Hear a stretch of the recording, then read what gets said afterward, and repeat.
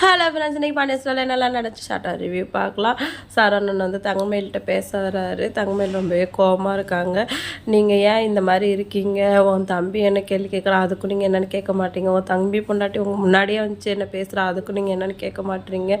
நான் உடம்பு சரியில்லாமல் படுத்துருக்கேன், அப்போவும் என்னென்னு கேட்க மாட்டீங்க. உங்களுக்கு என் மேலே பாசமே இல்லை அப்படின்னு சொல்லிட்டு தங்கமயில் சரவணன் மேலே கோவப்படுறாங்க. நான் அவங்ககிட்ட பேசலான்னு வந்தேன், நீ தான் தூங்கிட்டு இருந்ததுனால தான் நான் பேசலை அப்படின்னு சொல்லிட்டு சரவணன் சொல்கிறாரு. இருந்தாலும் அவங்க சமாதானம் ஆகலை. சரி, நான் உன் மேலே பாசம் வச்சுருக்கேன்னு நீ நம்பணுன்னா நான் என்ன தான் பண்ணணும் தரேன்னு கேட்குறாரு. என்னை ஹனிமூன் கூட்டிகிட்டு போகிறேன், நீங்கள்லாம் கூட்டிகிட்டு போங்க, அப்போ தான் நான் நம்புவேன் சொல்லிட்டு தங்கமேல் சொல்கிறாங்க. சரி, நான் அப்பா கிட்டே பேசுகிறேன்னு சொல்லவும் உடனே ஹாப்பி ஆகிடுறாங்க. நான் இப்போ எங்களுக்கு சாப்பாடு எடுத்து வைக்கிறேன் அப்படி சொல்லிட்டு வேக வேகமாக போகிறாங்க.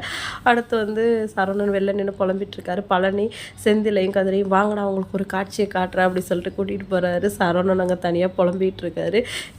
என்ன பேசிகிட்டு இருக்கு அப்படின்னு கேட்கவும், இல்லைடா தங்கமேல் ரொம்ப சின்ன பிள்ளைத்தனமாக நடந்துக்கிறா, சின்ன சின்ன விஷயத்தெல்லாம் தப்பாக புரிஞ்சுக்கிறா. இப்போ மாடியில் வந்து நீங்கள் 2 பேரும் படுத்தீங்க, மீனா ராஜி உங்ககிட்ட சண்டை போட்டாங்களா அப்படின்னு கேட்குறாரு. இல்லையே, முழு பெட்டும் நமக்கு தான், ரொம்ப சந்தோஷமாக இருந்திருப்பா அப்படின்னு சொல்லிட்டு செந்தில் சொல்கிறாரு. பாரு இவ கோச்சிக்கிறா, அதான் உங்க விட்டு ஒரு நிமிஷம் கூட அவங்களால இருக்க முடியல போல் அப்படின்னு சொல்லிட்டு கதிர் சொல்கிறாரு.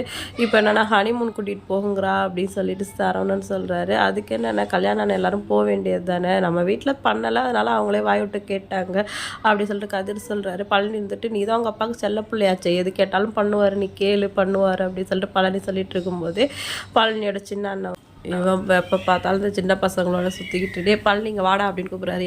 என்ன விஷயம் கேட்கவும், ஏன் அங்கே இருந்துகிட்டே தான் கேட்பியா, வரமாட்டியான்னு சொல்லிட்டு சொல்கிறாரு. உடனே பழனி உள்ளே வராரு. எல்லாருமே வந்து குமாருக்கு வந்து பொண்ணு பார்த்த விஷயத்தை பற்றி சொல்கிறாங்க. ரொம்பவே நல்ல விஷயந்தான், பொண்ணு உனக்கு பிடிச்சிருக்காடா அப்படின்னு சொல்லிட்டு குமாரை கேட்குறாரு. அவரும் எனக்கு பொண்ணு பிடிச்சிருக்கா அப்படின்னு சொல்லவும் அவங்க அப்பா பெருமையாக, என் பையன் நான் கிழிச்ச கூட தாண்ட மாட்டான், அந்த மளிகடன் பசங்க மாதிரி ஆளுக்கு ஒன்று இழுத்துட்டு வர்றதுக்கு அப்படின்னு சொல்கிறாரு. சரி விடுங்க அப்பயே அதை பற்றி பேசிக்கிட்டு அப்படின்னு சொல்லிட்டு பழனி பேச்சை மாற்றுறாரு. அப்படியே பழனிக்கும் பொண்ணு பார்க்கணும் அப்படின்னு சொல்லவும், நீ இந்த வீட்டோட வரணும், மளிகடைக்காரில் எடுப்படி வேலை பார்க்குறேன்னா யார் பொண்ணு கொடுப்பாடோ அவங்க பெரிய என்ன சொல்கிறாரு. ஐயையோ நம்மளை மாட்டுறாங்களே சொல்லிட்டு பழனி எஸ்கேப் ஆகி ஓடிடுறாரு. பாணி நின்றுட்டு எங்கடா போயிட்டு வர காலங்காத்தாலே அப்படின்னு கேட்குறாரு. சும்மா அப்படியே வாக்கிங் போயிட்டு வர அப்படின்னு சொல்லவும், ஏன்டா வாசல் திறந்தானே இருக்குது, எதுக்கு வீட்டிலேருந்து நீ வர தெரியாதா அப்படின்னு சொல்லிட்டு பாண்டியன் சொல்கிறாரு. ஃபஸ்ட்டு இதுக்கு ஒரு வழி பண்ணணும் அப்படின்ட்டு வந்து பழனி வந்து புலம்புறாரு.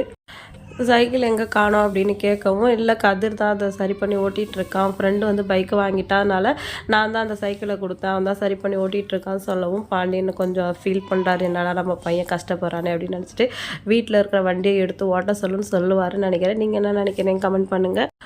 பாண்டியன் ஒரு நல்லா அப்பா தான், ஆனால் கல்யாணம் ஆனப்புறம் தான் பசங்களுக்கு தனிப்பட்ட வாழ்க்கைன்னு ஒன்று இருக்குது அப்படிங்கிறத புரிஞ்சுக்கிட்டா இனிமேல் நல்லாயிருக்கும். வீடியோ பிடிச்சா லைக் பண்ணிக்கோங்க. இன்னொரு வீடியோவில் மீட் பண்ணலாம். டாட்டா பாய்.